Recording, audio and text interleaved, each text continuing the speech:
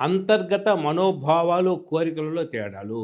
మనోభావాలు, అనుభూతులు, భావస్పందనలు, భావావేశాలు, ఆడమగ మనస్తత్వంలో తేడాలు ఉంటాయి.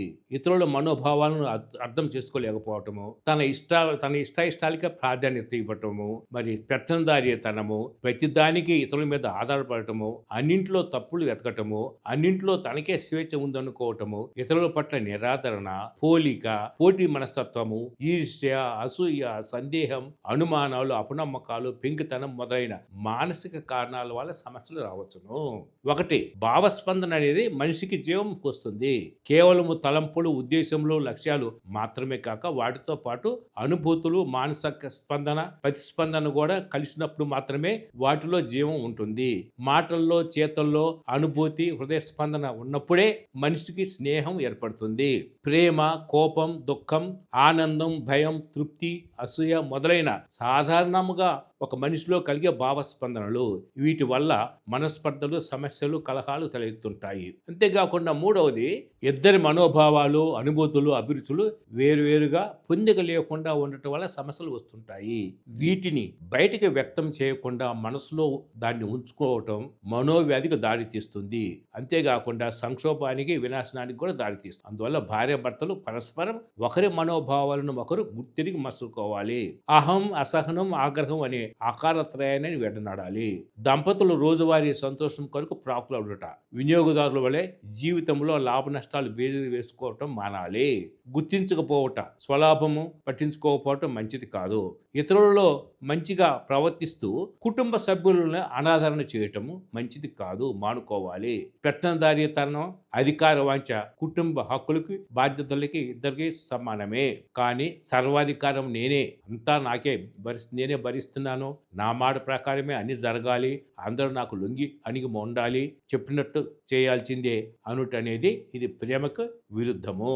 అంతేకాకుండా స్వార్థాన్ని విడనాడాలి. నా సుఖం, నా ఆడంబరం, నా అధికారం అనే వ్యక్తిగత చింతన, అహం అనేది పెరిగి ఏమవుతుంది, ప్రేమ తగ్గి స్వార్థం చోటు చేసుకున్నాను. అందువల్ల నిరాశ నిష్పత్తి కూడా లోనవుతారు. వీటిని కూడా మానాలి. ఫిర్యాదు తత్వం, నాకు అది చేయలేదు, ఇది చేయలేదు అని ఒకరినొకరు నిందించుకుంటూ నేరాలు మోపుతారు.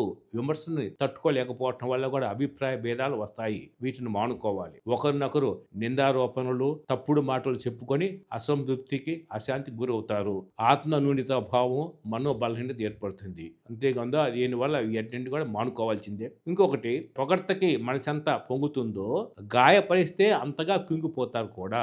నీ బొంద నీకేం తెలుసు, నువ్వు మూసుకో అని భర్త, మీకు చెప్పినా ఒకటే, ఆ గోడకు చెప్పినా ఒకటే అని భార్య మాటలు తూనిరాలుగా విసురుతూ ఉంటే పర్యవసానం తీవ్ర విభేదాలే. తప్పు లేని వారు తమ తప్పులు ఎరుగురు అనే సామెత ఉండనే ఉన్నది. తప్పు లేని వారు ఈ లోకంలో ఎవరు లేరు. నిందారోపణలు, ఫిర్యాదు ద్వారా ఎవరు బాగుపడింది లేదు. అందువల్ల భార్యాభర్తలు భాగస్వాములు ఏం చేయాలంటే, ముఖ్యంగా మరి తప్పులు చేసినప్పటికీ ఒకరొకరు ఏం చేయాలి, క్షమాపణ ఉండాలా. భవిష్యత్తులో చేసే తప్పులు కూడా క్షమించడానికి మరి తయారుగా ఉండాలి. ఇంకొక ముఖ్యమైన అంశము అనుమానత్వము. తమ పట్ల తమకే మంచి అభిప్రాయము, గౌరవం లేని వారు ఇతరులను కూడా అభిమానించరు, గౌరవించరు. తప్పులు, లోపాలను తమ మనసులోనే ఉంచుకొని లోన మదన పడుతూ బాధపడతారు కూడా, ఇతరులను కూడా బాధపడతారు. అందువల్ల వీటిని వదులుకోవాలి. ఇంకో ముఖ్య అంశము రక్షణ కవచము.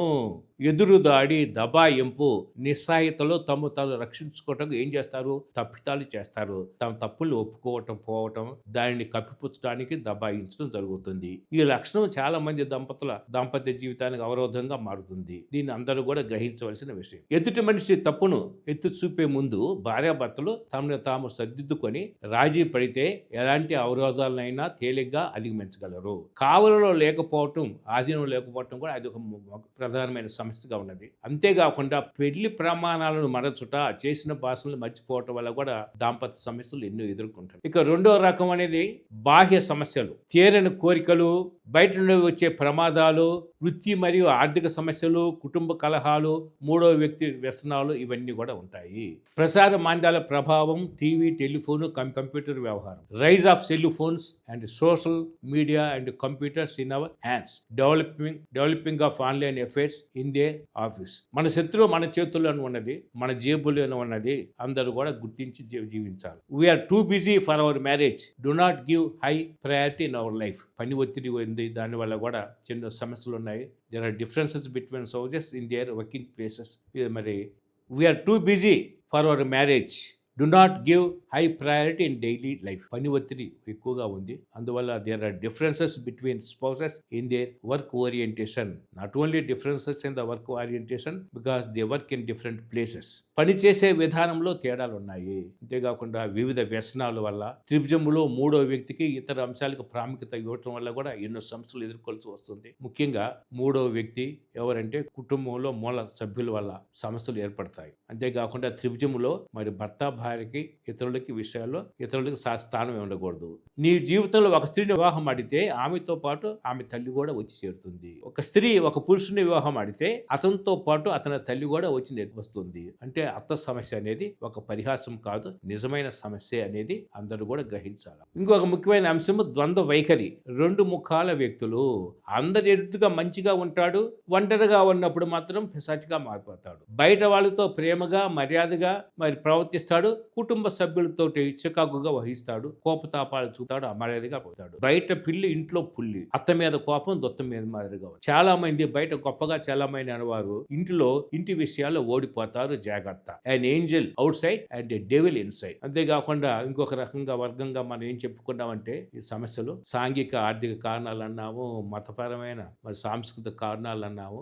మూడవది మానసిక కారణాలు. ఈ మానసిక కారణాల్లో ఏమున్న అంశాలంటే గర్వం ఒకటి, ఇష్టాల్లో తేడాలు, అతి స్వేచ్ఛ గాని అతి ఆధారపడటం కూడా మంచిది కాదు, పోలిక, పోటీ తత్వం, అసూయ, ఇంకోటి సంభాషణ లేనితనం, అనుమానాలు, ఈర్ష, పగ, ద్వేషము, 7వది నిరాశ, నిస్సహులు, కోపము, 8వది 9 మన్నింపు స్వభావం లేకపోవటం, క్షమాగుణం లేకపోవటం, 10 అంతర్గాఢీలు, లైంగిక అసం. ఇంకొక ముఖ్యమైన అంశం 4వది పురుషతత్వం, స్త్రీ తత్వాల్లో మరి చాలా తేడాలు ఉన్నాయి. దీనివల్ల కూడా దాంపత్య జీవితంలో ఎన్నో సమస్యలు నేటి దంపతులు ఎదుర్కొంటున్నారు. వీటిని గురించి పరిష్కార మార్గాలు మరి రాబోయే మరి అంశాల్లో మనం నేర్చుకుంటాం. God bless you all.